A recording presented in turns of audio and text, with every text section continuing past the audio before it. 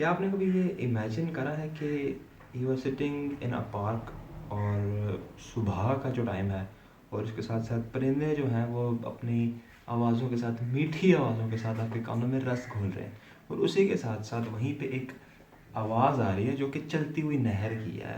ये जो फीलिंग है ना, आपको इस फीलिंग में आपको शांति मिलेगी या जगह सुकून मिलेगा। दैट सुकून और that peace is called mental peace. आप मेंटली बड़ा पीसफुल फील कर रहे होते हो।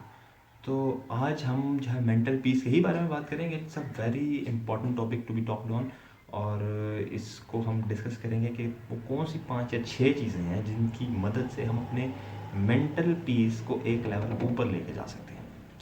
तो लेट्स गेट स्टार्टेड।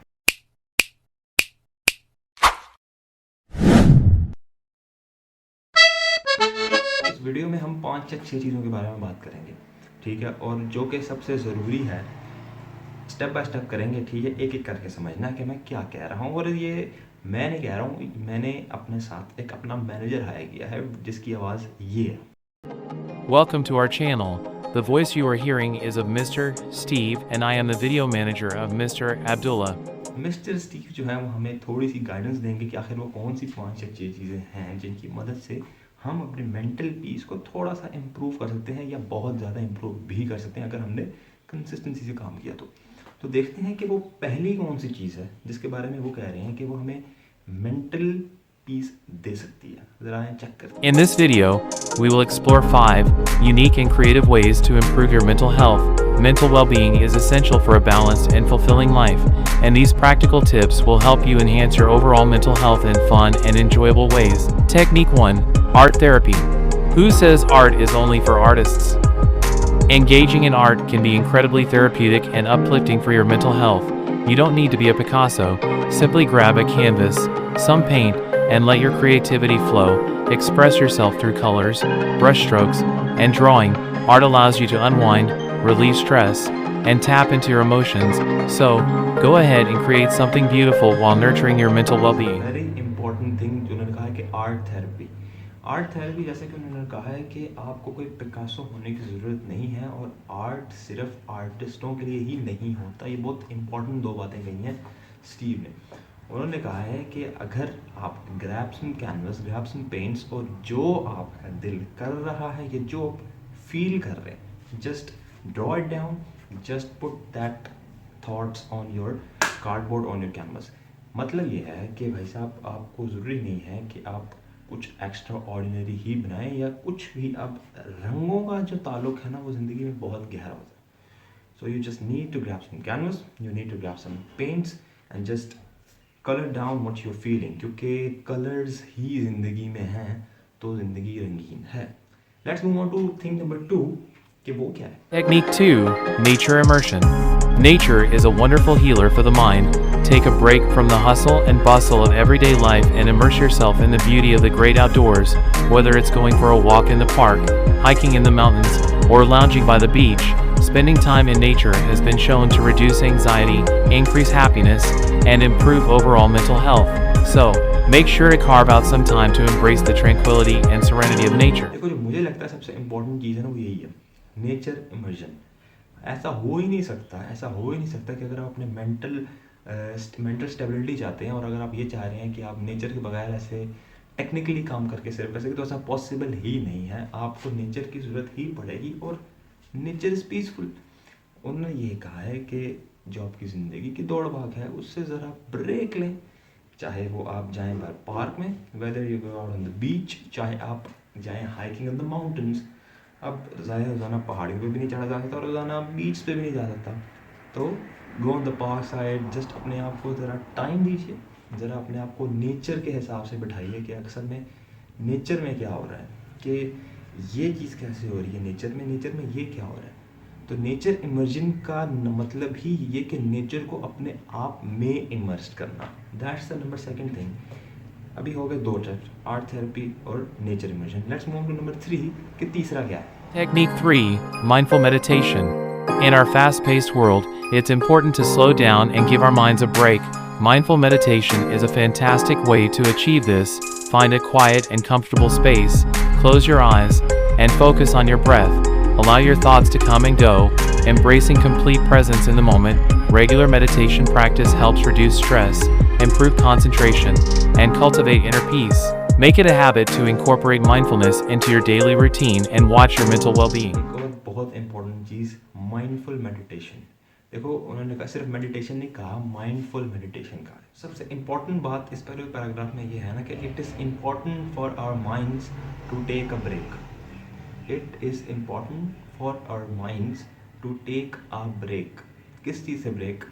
जो भी आपकी ज़िंदगी की रूटीन है, जो भी आपकी ज़िंदगी का बिहेवियर है अपने 24 घंटों में, इट इज़ वेरी इंपॉर्टेंट। और इसीलिए उन्होंने कहा है कि ज़रा आराम से चिल करिए, बैठिए, अपनी थॉट्स को अंदर बाहर आने दीजिए, अपने सांस पे फोकस कीजिए कि सांस कैसे अंदर जा रहा है, सांस कैसे बाहर निकल रहा है।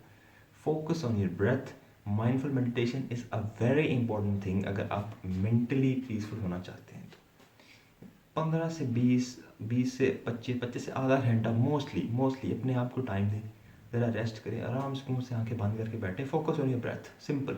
Focus on your breath while meditation, और ये चीज़ आपको बहुत हेल्प करने वालेगी। This is going to be like very crazy. Let's move on to thing number 4 कि चौथी चीज़ क्या है। Technique 4. Laughter therapy. They say laughter is the best medicine, and indeed, it is. Laughter therapy involves seeking out humor in everyday life, whether through jokes, comedy shows, or spending time with funny friends.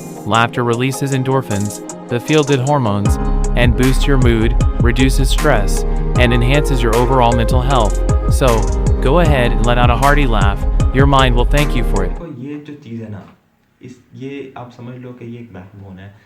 Mindful meditation के बाद अगर कोई चीज़ मैं समझता हूँ कि बहुत ज़्यादा इंपॉर्टेंट है ना, अगर आपने मेंटली पीसफुल होना है तो वो आपकी आती है लाफ्टर थेरेपी।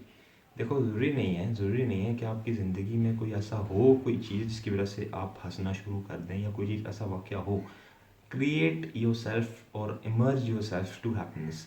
ठीक है, इस तरह के उन्होंने बताया है कि कोई कॉमेडी शोज़ हो सकते हैं, दोस्तों के साथ गपशप हो सकती है, और कोई और चीज़ हो सकती है, ड्रामा हो सकता है, कोई मूवीज़ हो सकती है। मतलब इस तरह की चीज़ें इंसान खुश रहता है, जो इंसान हंसता रहता है, या जो इंसान टेंशन नहीं लेता ना, वो उसके ज़्यादा चांसेस होते हैं बनिस्बत उस इंसान के जो कि ज़्यादा टेंशन या डिप्रेस रहता है ज़िंदगी में, लाइक जीने के लिए जीने वाले साल उसके बढ़ जाते हैं रादर देन उसके टेंशन वगैरह लेते हैं। तो टेंशन, और एज अ मुस्लिम और एज अ ह्यूमन बीइंग और एज अ मुस्लिम, हमें तो ये चाहिए ही नहीं कि हम टेंशन लें। हमारा वो कारसाज ऊपर बैठा हुआ है, चीज़ें खुद ब खुद होती रहती हैं। इट्स जस्ट कि हम मेंटली अपने आप को बहुत ज़्यादा उसमें ले लेते हैं कि अब पता नहीं होगा क्या, होना कुछ भी नहीं होता। तो जाइए, कुछ शोज़ देखिए, वीडियोस देखिए और खुश रहिए। Technique 5. Random acts of kindness. Engaging in random acts of kindness not only uplifts others but also has a profound positive impact on your own mental well-being. Simple acts like holding the door for someone, buying a coffee for a stranger, or sending a heartfelt note to a friend can create a ripple effect of happiness. Engaging in kindness promotes empathy, gratitude, and a sense of interconnectedness, all essential ingredients for a healthy mind. So, let's spread kindness and watch our mental health thrive. Random act of kindness, उन्होंने कहा है कि उन्होंने ये भी कह सकते थे कि एक्ट ऑफ काइंडनेस, पर उन्होंने कहा है random act of kindness. It means कि आपको act of kindness randoms perform करना, not one not two but many, daily by daily. जब आप रैंडम एक्ट ऑफ काइंडनेस कैसे हो सकती है यहाँ पे, it's going to be giving charity to someone, और किसी छोटे बच्चे की कोई हेल्प कर देना, या कोई और ऐसी इंगेजिंग एक्टिविटी करना जिससे आपको लगे कि this is the act of kindness which I am doing right now, this is what mister Steve is saying about कि रैंडम एक्ट ऑफ काइंडनेस। किसी के लिए कॉफ़ी, किसी के लिए चाय, किसी के लिए दरवाज़ा पकड़ लेना, किसी के लिए कुछ। तो दीज जो छोटी छोटी चीज़ें हैं, ये आपके माइंड को बहुत ज़्यादा स्टेबल करती हैं। लाइक जब आप अंदर से अच्छा फील करेंगे तो आप अपने माइंड से सुकून में रहेंगे, बिकॉज अगर आपका माइंड सुकून में रहेगा तो बाकी चीज़ें सॉर्ट आउट रहेंगी।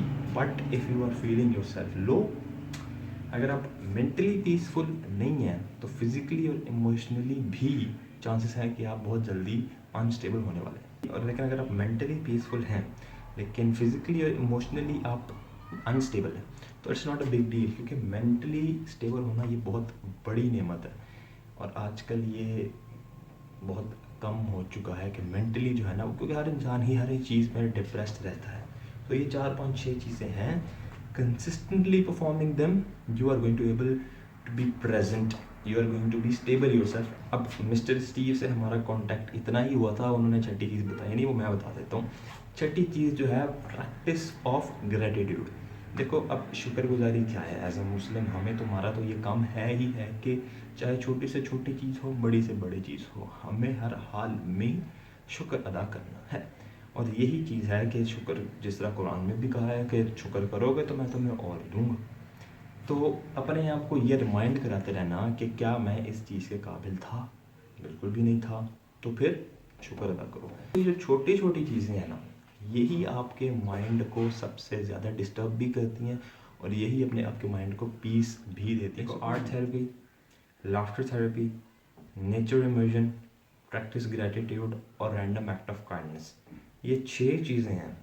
इनको अगर पकड़ लोगे ना किसी ना किसी तरह, चाहे एक हफ्ते के लिए ट्राई करो, एक मंथ के लिए ट्राई करो, you are going to found yourself mentally peaceful, क्योंकि यही चीज़ें हैं। और एक चीज़ और मिसिंग है, ये कि जो कि एज अ मुस्लिम हमें टॉप ऑफ द प्रायोरिटी रखनी चाहिए, बिलीविंग इन अल्लाह। ठीक है, ये चीज़ें कर लोगे ना तो बाकी इन 6 की ज़रूरत ही नहीं पड़ेगी। बट हमारा ईमान इतना तगड़ा है ही नहीं एज अ मुस्लिम, हम लोग सिर्फ नाम के ही रह चुके हैं कि वी आर जस्ट थिंक यकीन अल्लाह पर है और फिर भी दिल में डर लेके बैठे होते हैं। तो दैट्स द थिंग। खैर आई होप सब्जेक्ट जो था वो मैंने पहुंचा दिया। अब उसको आगे इम्प्लीमेंट करना, उसको आगे अप्लाई करना, इट्स अप टू यू। मैंने खुद काफ़ी इन चीज़ों पर देखा है, काम भी करा है, because as a teenager, as a growing kid, it's like हर दूसरे घर की कहानी यही होती है। तो that's what the things hold. यही तक था आज की वीडियो। अगली दफ़ा फिर आएंगे किसी मज़े के टॉपिक के साथ, किसी इंटरेस्टिंग टॉपिक के साथ और किसी इंफॉर्मेटिव टॉपिक के साथ। तब तक के लिए अपने प्यारों का और उनके प्यारों का ख्याल रखिए। मिलते हैं मिस्टर स्टीव से, थोड़ा सा और कांटेक्ट करना पड़ेगा क्योंकि अब ज़रा वो महंगे हैं, तो मिलते हैं। Bye bye.